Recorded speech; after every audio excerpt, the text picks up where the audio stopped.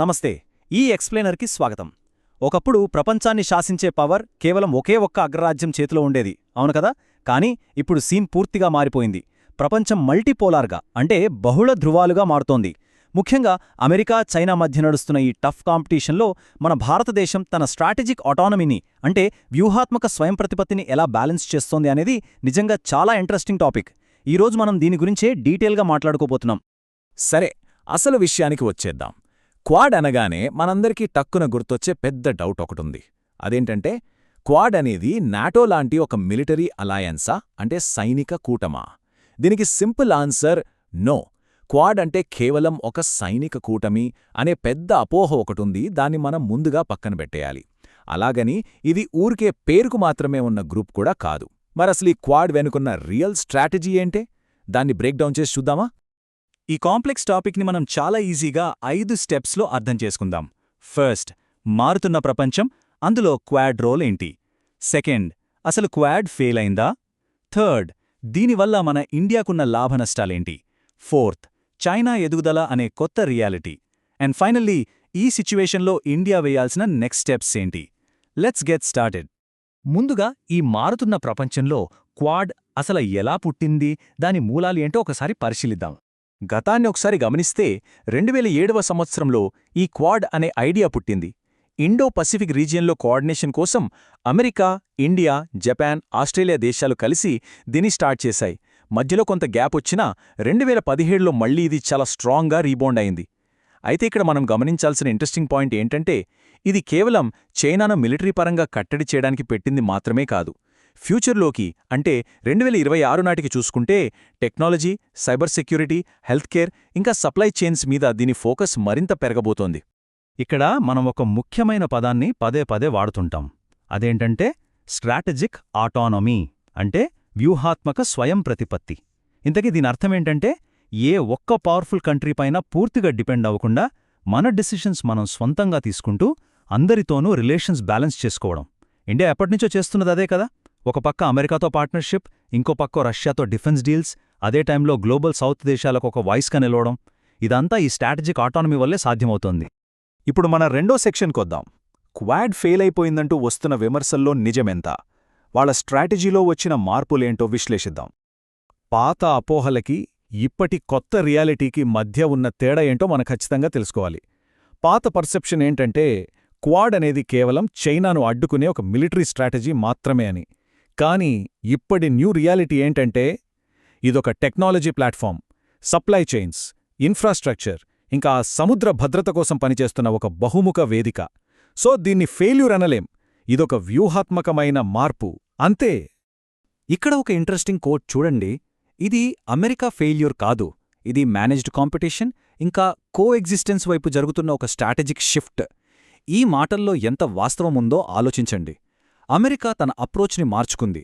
Direct fight కంటే చైనాతో కాంపిటీషన్ను జాగ్రత్తగా మేనేజ్ చేస్తూనే భాగస్వామ్యాల ద్వారా తన పవర్ని నిలుపుకోవాలని చూస్తోంది.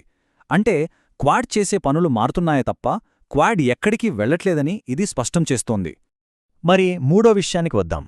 త్రాసులో బరువులు తూచినట్టు ఈ క్వాడ్ వల్ల అసలు మన ఇండియాకి జరిగే లాభాలేంటి, పొంచి ఉన్న రిస్క్లేంటి, లాజికల్గా ఆలోచిద్దాం. ఒకసారి ప్రయోజనాల వైపు చూస్తే ఇండో పసిఫిక్ రీజియన్లో మన పొజిషన్ మరింత స్ట్రాంగ్ అవుతుంది. ఆర్టిఫిషియల్ ఇంటెలిజెన్స్, సెమీకండక్టర్స్ లాంటి నెక్స్ట్ జెన్ టెక్నాలజీస్లో సపోర్ట్ దొరుకుతుంది. అలాగే మ్యారిటైమ్ సెక్యూరిటీ కూడా. మరి రిస్కుల వైపు చూస్తే ఇక్కడే ఉంది అసలు చిక్కు. అమెరికా, చైనా మధ్య ఉన్న ఈ పవర్ గేమ్లో మనం ఇరుక్కుపోయే ప్రమాదముంది. మన రీజనల్ అటానమీ మీద అనవసరమైన ప్రెషర్ పడొచ్చు. ముఖ్యంగా బార్డర్ దగ్గర టెన్షన్స్ ఉన్నప్పుడు ఎక్స్ట్రా సెక్యూరిటీ ఛాలెంజెస్ ఎదుర్కోవాల్సి రావచ్చు. సో ఈ లాభనష్టాల మధ్య కరెక్ట్ బ్యాలెన్స్ మెయింటైన్ చేయడమే ఇండియా ముందున్న అతిపెద్ద సవాలు. ఇక నాలుగో సెక్షన్, చైనా ఎదుగుదల అనేది కాదనలేని ఒక కొత్త రియాలిటీ. ఈ మల్టీపోలార్ ప్రపంచంలో ఆ డైనమిక్స్ ఎలా ఉన్నాయో ఒకసారి చూద్దాం. ఒక్కసారి చైనా సాధించిన గ్రోత్ ఎక్కడెక్కడుందో గమనిస్తే ఆశ్చర్యం వేస్తుంది. గ్లోబల్ మ్యాన్యుఫ్యాక్చరింగ్లో వాళ్ళ డామినేషన్, అద్భుతమైన technological advancements, space exploration, powerful cyber capacities, ఇంకోవైపు భారీ ఇన్ఫ్రాస్ట్రక్చర్ ఇన్వెస్ట్మెంట్స్.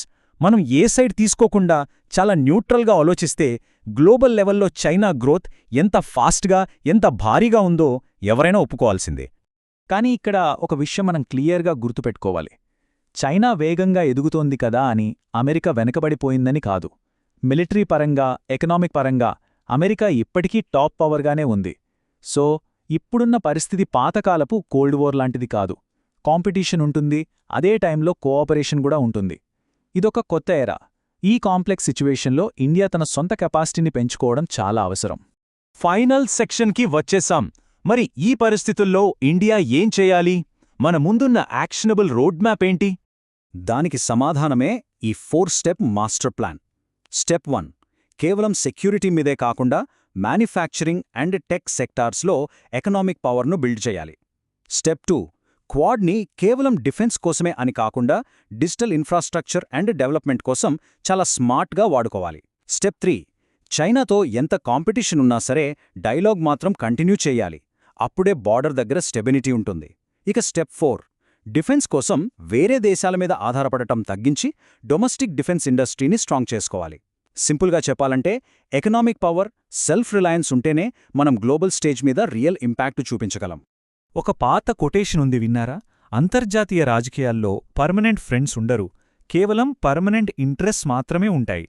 క్వాడ్ రేపున్నా లేకపోయినా లేదా దాని రూపురేఖలు మారిపోయినా సరే ఇండియా తన మెయిన్ గోల్స్ పట్ల చాలా క్లారిటీతో ఉండాలి.